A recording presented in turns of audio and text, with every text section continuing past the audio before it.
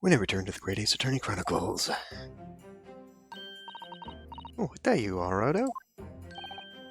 What's kept you, my dear fellow? Hello, Mr. Sholmes, Gina. Are you sure what you said in there? That the boss, actually died the day before. It's pretty hard to swallow. Yes, I was shocked by the revelation too, Gina. As was I, possibly more shocked than both of you. It's not a competition, Mr. Sholmes. But I was more shocked than all of you put together. This is the autopsy report in question, is it? Yes, it's strange that there's no time of death noted. I suppose there's a simple explanation, or perhaps it was a deliberate omission. Oh dear, if it was deliberate, it puts me in mind of the last case we worked on. Dr. Scythe. And Dr. Scythe. I know. Anyway, it seems that on the day before Lord Van Zeeks discovered his body, Inspector Gregson was investigating the Red-Headed League, so perhaps something happened with them. Come to think of it, you had trouble with those League men too, didn't you, Mr. Sholmes? You were taken in by their trick. No. Naturally, I was taken in. I wasn't taken in, as you put it. My sleuth-hound interest was merely piqued slightly by the rare scent of a weekly £4 income. That scent masked the underlying scent of deception, I suppose. Two criminals in question are the pair we saw being arrested yesterday, aren't they? In Mr. Sholmes' suite, I mean. That's right, Suze. It was me what took 'em in. Thanks to their tip-off by a good law-abiding citizen. Indeed, yours truly. So it's going to be that pair in the witness stand next, is it? Something doesn't quite make sense to me, though. The day before Inspector Gregson was found, you hadn't had trouble with the Red-Headed League yet, had you? Why would the inspector have been investigating them? Well, the likely explanation would be that Gregson's own sleuth-hound interest was piqued by the rare scent of a weekly £4 income. Don't tar him with the same brush as you, Sholmes. Don't really have her accent anymore. Yes, well. And there's the whole issue of Inspector Gregson being investigated by Lord Van Zeeks for some reason. The Reaper, the Red-Headed League, Inspector Gregson, Lord Van Zeeks, thank you, Susato, and Kazuma is really contributing to the conversation. I feel as though we knew we'd arrive at this point somehow. Gosh, I think you're right. What's he really trying to achieve here today? All the answers will soon be revealed. Observe the time, my dear fellow. This recess will be over shortly. Yes, you're right. Kazuma was determined that he should be the one to prosecute this trial, and he was determined that I should take the defense. Just what is it that he's hoping to make me see, I wonder? I get the feeling we're a long way from the end of this trial yet. Oh, goody. Are you ready then, Mr. Sato? Yes.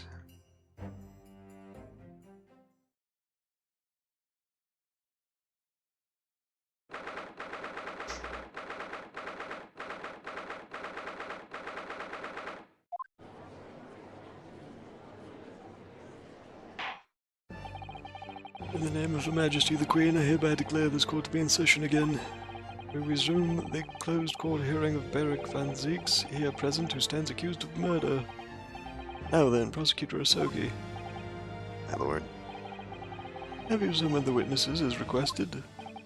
Yes, the two members of the Red-Headed League who planned and carried out the deception. They arrived not long ago from the local prison by police carriage. Very good. Bailiff, usher the two men into the courtroom.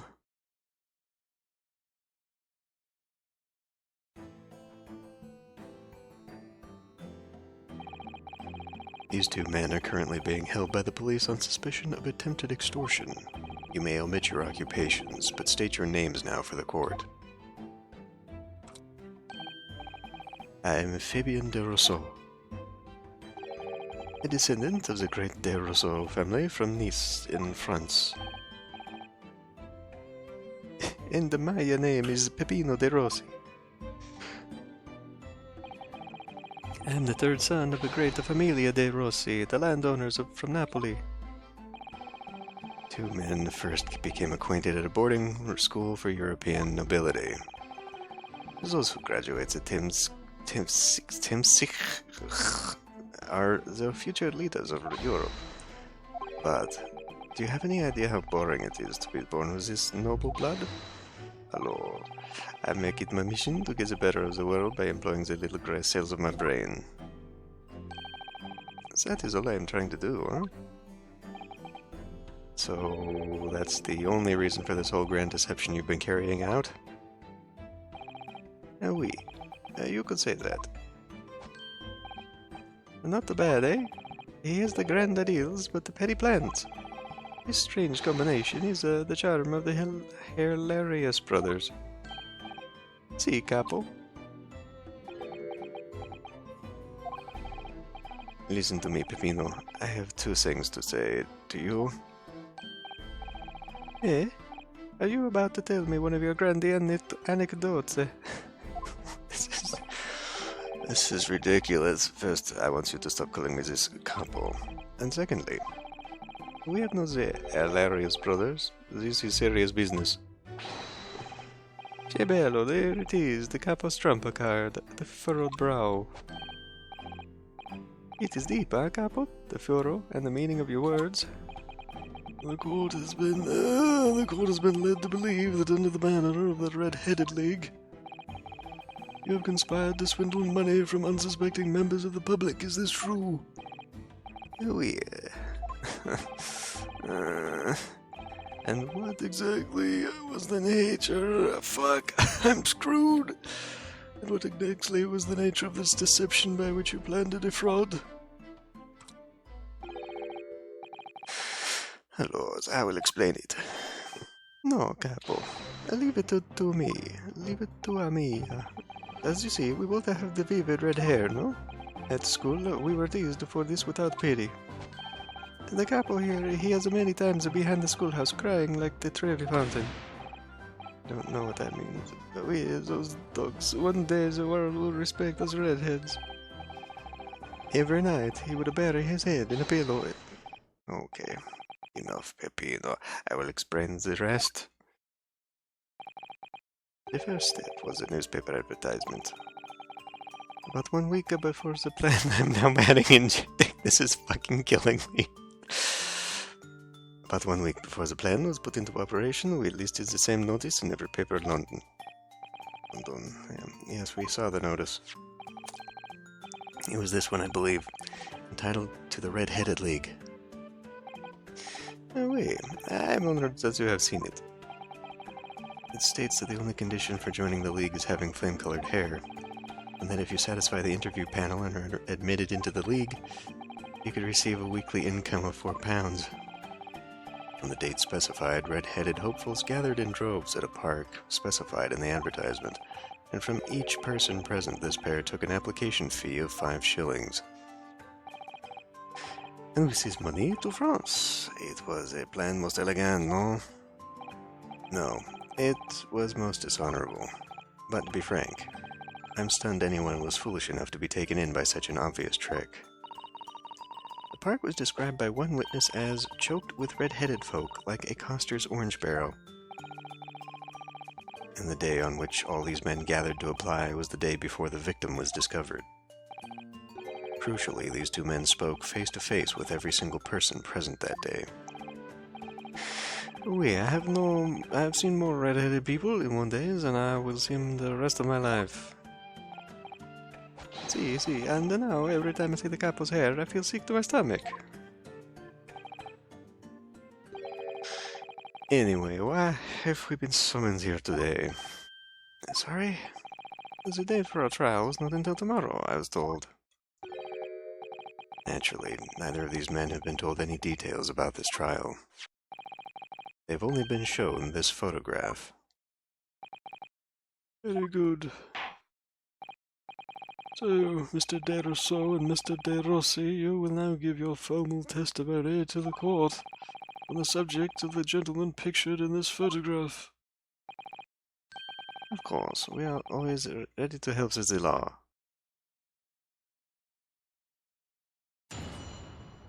This is gonna be miserable. Oh, we had more than 1,000 red-headed people assembled in the park on Lime Street that day. But I don't recall the man in this photograph. Capo? No, I don't remember him. Obviously he's dead now, but I assure you he was not in the park. Allora, this victim has nothing to do with us.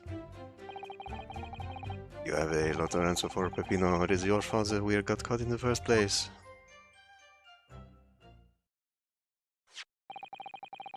You've given sworn testimony that this man in the photograph was not present. Can you be certain? Oui, I'm quite certain. We did not interview this man. Nobody like this came to the park, this I can promise. It must be noted that you have been arrested for a grand deception, however. Accordingly, this court has little confidence in your assurances. If I win with this attitude, we get to nowhere, huh? He's really sulking now. This confidential document was obtained directly from Scotland Yard. It records an entry from the inspector's private diary dated the day before the incident. It reads, Lime Street, Red-Headed League, undercover. Ah, I have the answer. Maybe there was another similar event in the park on the day in question, eh? That is ridiculous. There's no question that Inspector Gregson was investigating the Red-Headed League, which means it's quite possible that that's when he was killed. But what about the blood? Very well, the defense may proceed with the cross-examination now. Yes, my lord.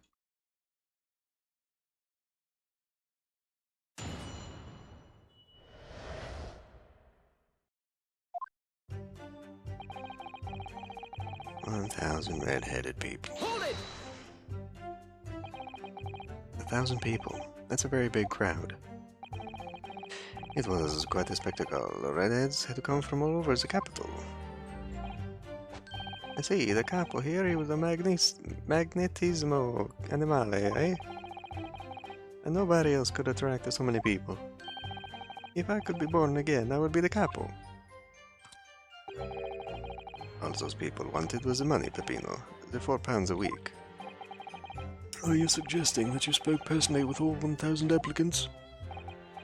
Oui, that we did, because every one of them paid us 5 shillings. We take their names and we take their money, and then we take their addresses as well. And then I tell them we take some days to let them know by a post, finito. Maybe 2 minuti a person. We start early in the morning and we stop late at the night. So you earned 5,000 shillings in one day? That's a small fortune. Who'd have thought there were 1,000 such gullible redheads in London to start with? One of whom was a great detective with chemically altered hair. But I don't recall the man in the photograph. He doesn't look at all familiar.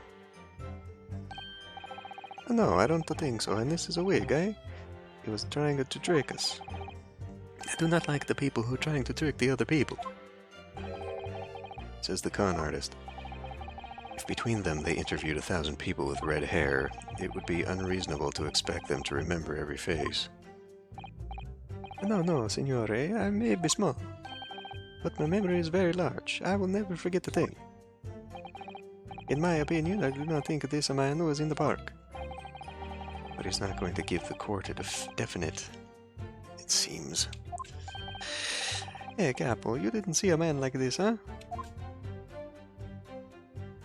I don't remember him. Hold it! But according to what you said, you spoke with 1,000 or more people that day. Louise, that's true. My eyes were burning by the end of the day. Surely then, you can't actually remember every single face. How are you so certain that this particular man wasn't present? Normally, the red hair is very distinctive, eh? But not when you have 1,000 redheads crowding around, then it's just an eyesore. But if there was some other information you could give us, maybe then we could recall.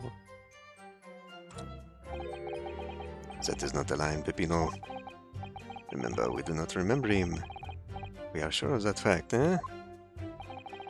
If there was a man with a red hairpiece, but his mustache did not match the color, then I do not think we could have forgotten him. Kazuma said these two had only been shown that photograph and they'd been told nothing else at all. But what if I fed them just one other detail about the victim? For example, he's a profession. I can certainly appreciate that just knowing the man had red hair wouldn't help you remember in this situation, but what if I told you that the man in the red hairpiece was actually a detective? The man in the photograph, a detective. Yes. It would appear he found your notice in the paper suspicious and decided to investigate incognito. I'm sorry, but this changes nothing. Excuse me. Something to add, Mr. De Rossi? I see. I'm always adding something. Parmesan, olive oil, pepper. What I mean is, did you not agree with your friend's last remark by any chance? What did he just say about the detective? Yes, that. Your mouth shut, Peppino. You have said enough already. But why, Capo? What is the problem? There was a man who said, I'm an inspector from Scotland Yard. What? Good lord. Would I explain this volte face in your testimony, witness? He's a simple man that we... Okay, there is no such man. What are you saying, Capo? Have you forgotten, eh? I have forgotten nothing. Nobody like this came to the park. Basta, Capo, basta. You meet me at many things, but not two, the memory and the meals. Like I said, when it was time to eat the pasta, no one eats pasta. But you are inferior to me in every other way, so shut up. Objection.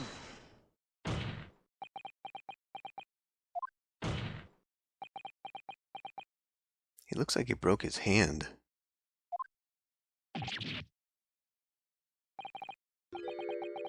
The damage is done. Indeed it is, sir. Wait, there was a man who came to the park and he said he was an inspector from Scotland Yard. However, he looked nothing like the man in the photograph. He was someone else. How can you be so sure? Because, to start with, his face was completely different. I see, it's true. The man who came was a younger. His face was clean-shaven, his eyes were sadder, his chin was thinner. No resemblance whatsoever, then. Anyway, I was not going to be fooled. I took the obvious precaution and said to him, if you are really a detective, show us a proof. I see, the capo here, he doesn't take no nonsense, eh? But he was well prepared. He said he had identification. Identification? You mean official police inspector's identification? That is most unconvincing. Sorry, my lord? Counsel, no incognito inspector would offer his identification for inspection. It's quite out of the question. Definitely. Why would he expose his true identity? Because he's Sherlock Holmes. Clearly, the papers were fake. Certo, capo, you are a genius. As we say in Italia, it takes a thief to recognize another, eh? And what happened after he announced he was a detective? He became very annoying. He said, you are under investigation. So I took his papers from him and chased him out of the park. Could we have that, please? It was fantastico, and look, here's the identification. So you stole it from the man. He had it coming. He made us very scared.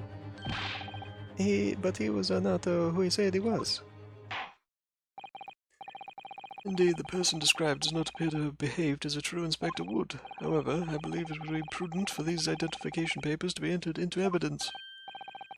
But I like them. The inspector's identification was entered into the court record. Now, let us return to the witness's testimony. Before that, let's look at the book.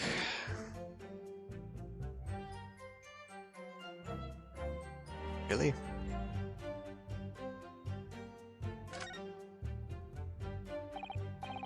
Well, I suppose we should see what this inspector's identification looks like inside.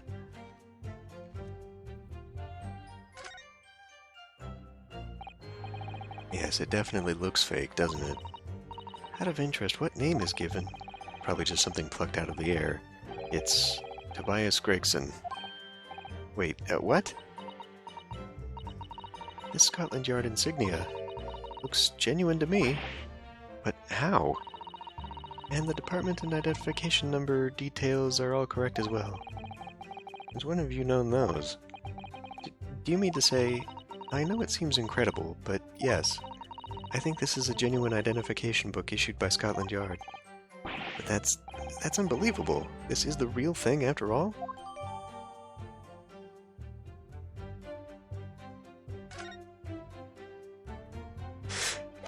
Alright.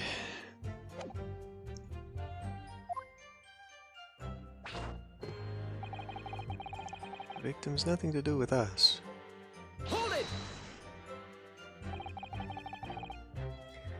We only have your word for that. I see, but what else can we do, huh? True. We have we're not having much fun these days. First we are arrested, then we are shown a horrible picture of a dead man. And now you question every single thing we say. We are the victims here. Aye, Capo. No, you were caught carrying out a plot to swindle hundreds of innocent people. Yeah, you had to bring that up, eh? It's not fair. Hey, Capo. You have no plans for Popino. Hold it! What do you mean by that? Cavolo, you promised not to say, eh, Capo? After we had taken all the money that day, we should have left the country. That was my plan. I left the purchasing of the tickets for the ferry to Dunkirk to my companion here. But he bought them for the wrong day. Oops. I see, but it was an easy mistake to make, huh? The first, 31st. I have no sympathy for you. We were an all day late for the boat because of your stupidity. And it's only because of this that it's so great... so-called great detective, the red-headed detective caught us. Capo, you know what I think? This is the work of God. It's a holy punishment, eh? Peppino, for the last time. This is not holy punishment. This is all your fault. I don't blame God for your unholy mistakes. You are making me sick with anger. Maybe I make a mistake, but when it's time to eat the pasta, no one is faster. I've seen the evidence. They haven't told us much we didn't already know. What do you think, Mr. Naruhodo? Well, if it was in the inspector's diary, it seems likely that he must have gone to Lime Street that day. And yet these two both claim they didn't see him. I have to say, they don't appear to be telling lies. Well, they are experts in deception, don't forget. Sounding plausible is their specialty. They may be lying simply to avoid being implicated in this case as well. Surely if they were truly experts in deception, they wouldn't have been caught. Well, yes, you do have a point there. Seems to me like we need more information. Definitely.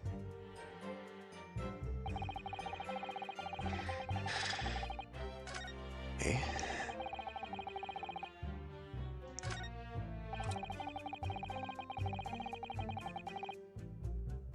So, we could present...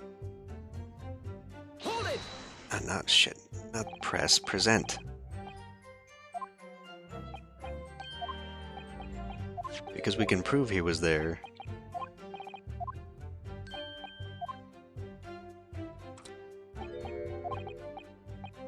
Come on, come on.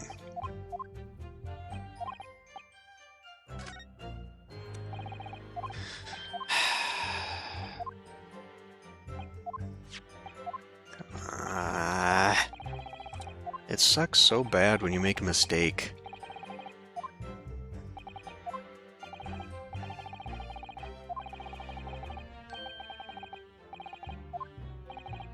Oh, come on.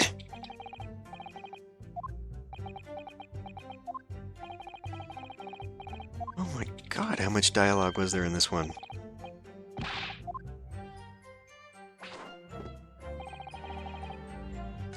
Okay.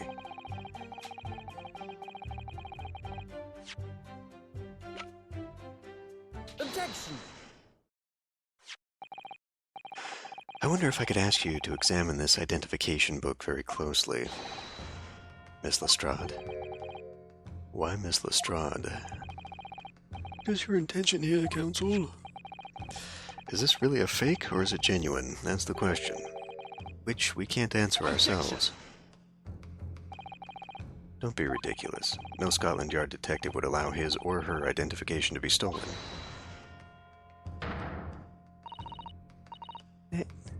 That is the boss's. No question about it. It can't be. As I suspected. The undercover detective who attended the Red-Headed League's enrollment on the day in question was the real Inspector Gregson, carrying out an incognito investigation. Zutalo! But if the boss had his identification stolen, he would have reported it straight away. I mean, he was always on me about it. If you lose something, report it at once, he said. Could it be, then, that the inspector was physically unable to report it? Physically? Hey, what are you saying? Unable to... You're not suggesting... Yes, it's quite possible that he was killed before he had the chance to report his identification stolen. No.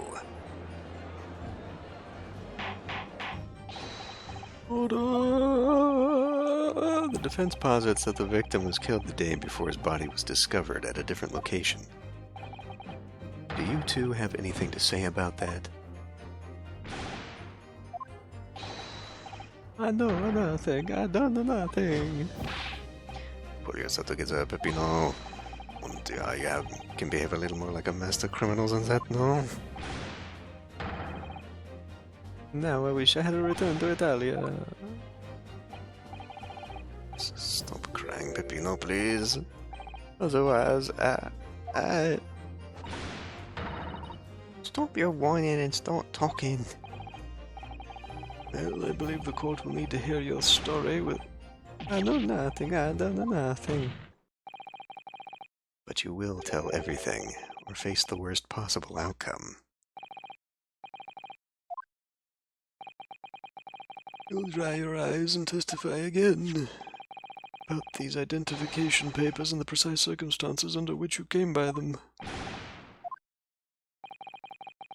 Crying out loud.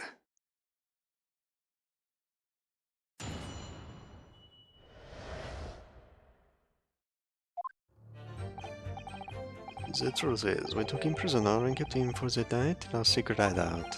Even though I didn't think he was a real detective, I was too scared to let him go that day, just in case. We took the man's identification from him and shut him in the room next to ours. There might have been a little tussle, but we didn't need no harm, and the next morning we let him go. He had spent the night in a nice room. It was nothing like prison, really.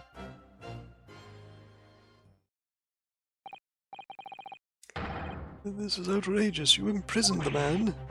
But no, see, no, it was not like a prison. He was very comfortable and calm and happy. Capo? It was never part of my plan, I swear it. Oh, so you think it was my fault, eh? Just because I got the date of the ferry wrong. By one little day. I did not think it was your fault, Peppino, you know it. I know it. Por favor, capo, it is not fair. You shall have plenty of time for squabbling back at the prison, gentlemen. I don't believe this. How could he have been a real detective? Counsel for the defense, proceed with the cross-examination. So on the day before the incident, Gregson spent the night confined in this pair's hideout.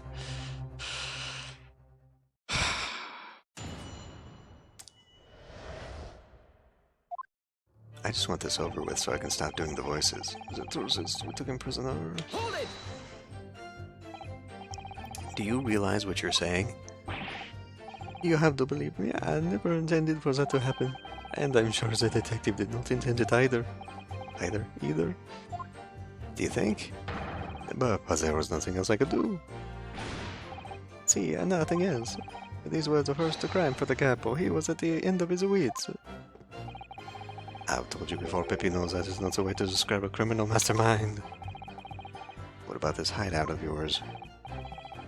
An old empty house behind the park on Lime Street. We rented the place for up to 2 days. It was an inspired idea by the capo here. An impulsive idea, I would say. No, not impulsive, inspired, capo? What am I supposed to say to that, Peppino? And it was in the house described that you confined Inspector Gregson, was it?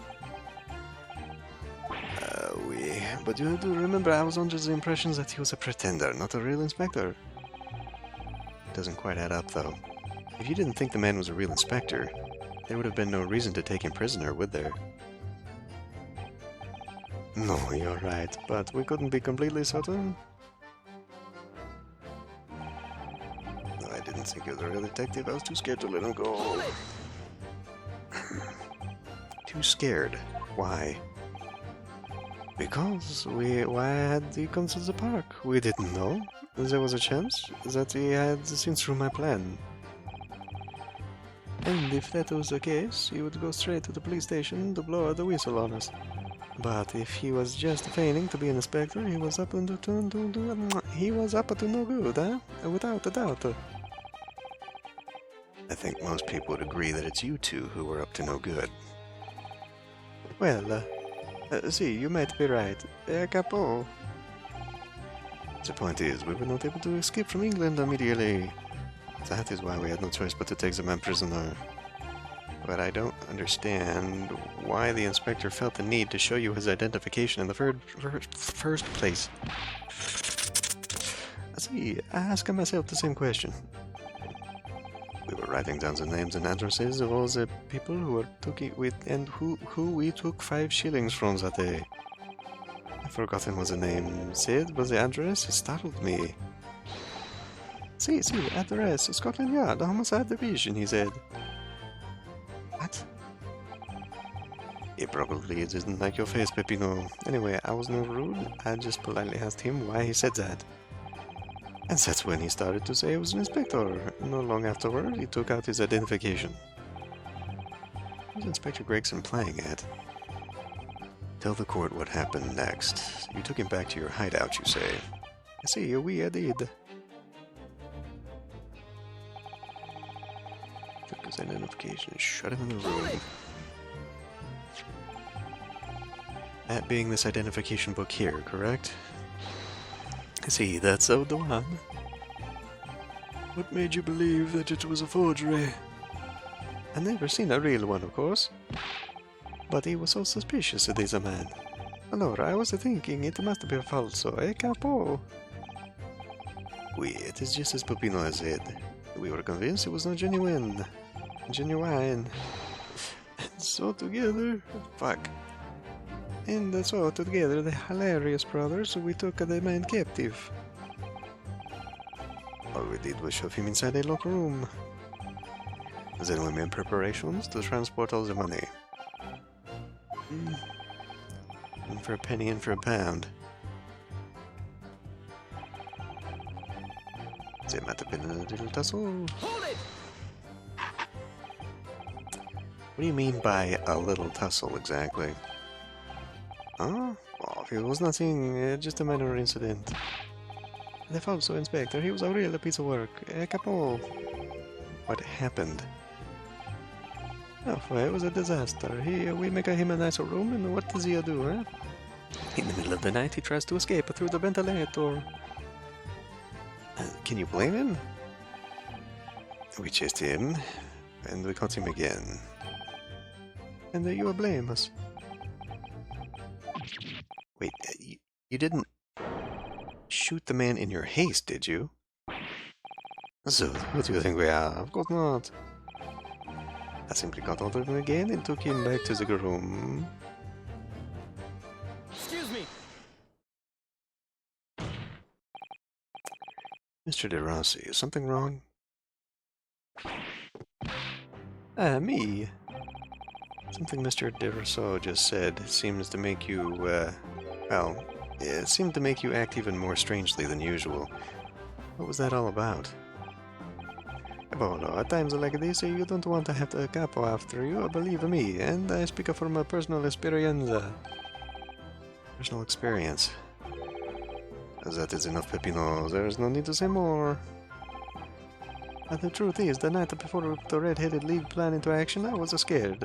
It was not fair to the capo, but I tried to run away. It's a shame you didn't manage it.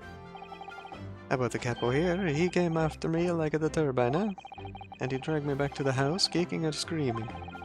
I still have the bruises to prove it. Hey, capo!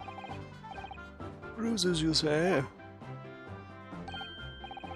You wanna see, You make we wanna see my fantastical bruises. Is that enough now, Peppino? I want to look at the neck part of you. What to do, I show you or I don't? I show you or I don't? You do. Now. Allora, if everybody wanna see it, then I'll do it. Ecco, you see, is still very visible, That red ring around your neck. You got that when you were dragged back to the house? I see, the capo is sometimes he's very rough, and I says that's enough. Peppino's neck is nothing to do with this, what we are talking about here. You have my word. Yes, what is your opinion, Counsel? About this red ring around Mr. De Rossi's neck. I wonder, does it matter? Yeah, because we've seen it before. Mr. De Rossi, I'm going to have to ask you to amend your testimony with details about that mark on your neck. Capo, you see, everyone is interested in what I say, Very well, you will amend your testimony as requested, Mr. De Rossi. See, if you really want to know. He tried to escape, but Capo put the collar on him and dragged me back, like what you see to me, Hold it! Are you saying that red mark was caused by... I see, a big collar made from the leather. A leather collar. Is this true, Mr. De Rousseau? What? We had the same Bernard at home when I was younger. It's a souvenir from that time with a very strong chain. A strong chain. And you put that around your friend's neck. I'm sorry, I was so angry that he's leaving me alone. You did not have to tie the chain to the leg of the bed, though, huh? I would not have tried to run again. You didn't do that to Inspector Gregson as well, did you? Treat the people equal, is the capo here's motto, It's starting to sound a lot more like a prison all of a sudden. The capo is tough, but the capo is rough. I shouldn't have done it. So the following morning when you released the inspector, he had the ring around his neck like me. Peppino, s'il vous plaît, leave it now. Now you know, the capo here, you don't want to pretend with him, For the inspector is not so bad. Spent the night in a nice room that was nothing like a prison. Hold it! You took away the man's freedom, however comfortable you make it sound, you were still holding him prisoner.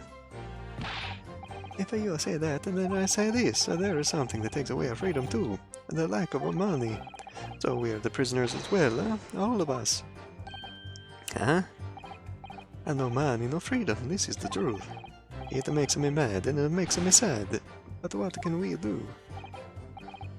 Well, if you feel so disenfranchised, take money to court, though it'll cost you, of course. Now, for there you have it. You see, that is why we need the Red-Headed League to fight for the justice. perhaps he has a point. No, Mr. Naruhodo. All we did was give the man a comfortable place to sleep for the night. And you say it was a prison, huh? Perhaps he has a point again. No, again, Mr. Naruhodo. You should have heard him snoring. And if everyone was disturbed, if anyone was disturbed, it was us. Not much to go on, really. Their testimony does make me wonder, you know. About this pocket watch belonging to the inspector, I mean. Ah, yes, the one he treasured so much, apparently. If he was confined but not restrained, as the witnesses are implying, he would still have been able to wind his watch. It's very true, yes. So did Inspector Gregson actually die while he was being held captive by these redheads? In which case, is it possible that these two young men are responsible for Inspector Gregson's... to be honest, I find that hard to believe. Perhaps we should try to find out exactly what happened. Very wise, Mr. Naruhodo, yes. Alright.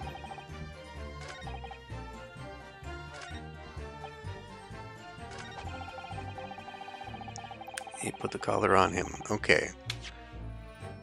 I don't recall seeing that. Yeah. You don't see that. Objection! So the day before his body was discovered, Inspector Gregson was taken prisoner while working incognito. No, it was not like that. It was hardly a prison. And it was an invitation to stay. It was only... However you described it, there's one glaring inconsistency that remains. What inconsistency is this, counsel? I would ask the court to look closely at this photograph of the victim, Inspector Gregson. You will see that there is no red ring visible around his neck. Yeah, but that makes no sense. It was me who took the collar off of the man in the morning. And I saw the red bruises on his neck, just like I have. Given that the mark is still clearly visible on this witness's neck, we'd expect to see bruising on the victim, who was put in the collar more recently than Mr. De Rossi. Indeed, that is most peculiar. But we tell you, huh? We say this from the beginning, many times. Oui, Peppino is right. The man is in the photograph is someone different to the man held captive that night.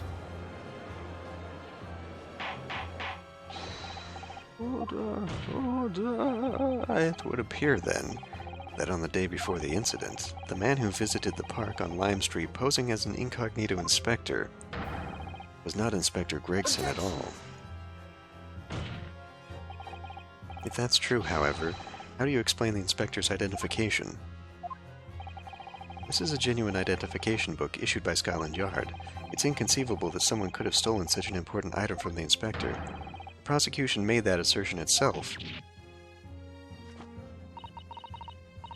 We also know that the inspector had made a note about the Red-Headed League in his diary for that day, which surely means we can't divorce the two events completely. The inconsistency noted by the defense is most troubling. If it were the real Inspector Gregson whom these two red-headed gentlemen encountered, the fact that no bruising can be seen around his neck defies explanation. But equally, if they actually encountered an imposter, how did that person come to be in possession of the real inspector's identification? Does the defense have some plausible explanation, counsel? The whole thing defies explanation. It is for precisely these occasions that we keep meticulous notes in the court record, Mr. Naruhodo, because those are the facts, and the facts cannot lie. Oh, the facts can't lie, even when they point to something so incredible it's almost unbelievable. Well, my lord, the true identity of the person who turned up in the park of the Red-Headed League's enrollment is revealed by the information in the court record, I believe. Good gracious. Very tantalizing, Mr. Naruhodo. So why don't you help us all to see whatever truth it is you've apparently seen? Who exactly was this inspector that appeared before Mr. De Rousseau and Mr. De Rossi? Well, the only person with a ring around his neck is an imposter. Though it seems incredible, I admit, the undeniable facts point to only one thing. Since no bruising can be seen on the victim's neck, the person who these two red-headed men took prisoner that day could not have been Inspector Gregson. In other words, your whole argument up to now has been a waste of time. Objection! On the contrary, I haven't finished. What? There's no bruising on the victim's neck, so the question immediately posed next is, who exactly was this man in the park on Lime Street found to be carrying Inspector Gregson's identification? See, that's alright. We tell the same story every time. Whoever this man was, the couple dragged him from the pillar to a post with the dog collar. Mon Dieu, Peppino, I was not so harsh as you say, huh? So, who was the false inspector, eh? Who was he? Clearly, the defense has an idea about that. About the true identity of the man these two imprisoned that night. I must ask the counsel for the defense to elaborate post-haste. Who did the witnesses encounter in the park posing as Inspector Gregson? Mr. Redneck right there. Take that!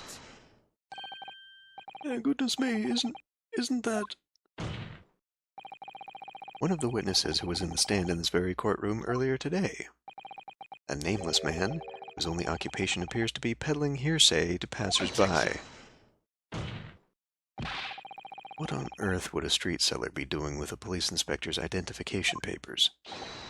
Witnesses, is this the man or not?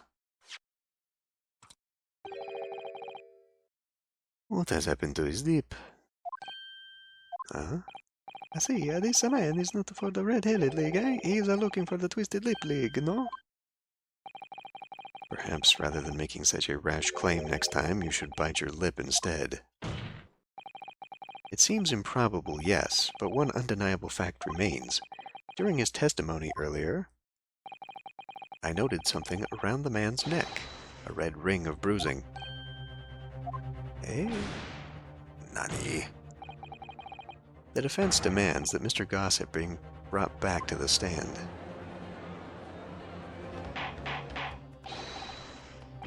Order, bailiff.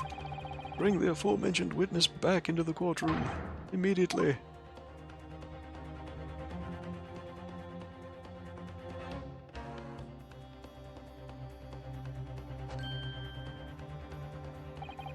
Well, I never.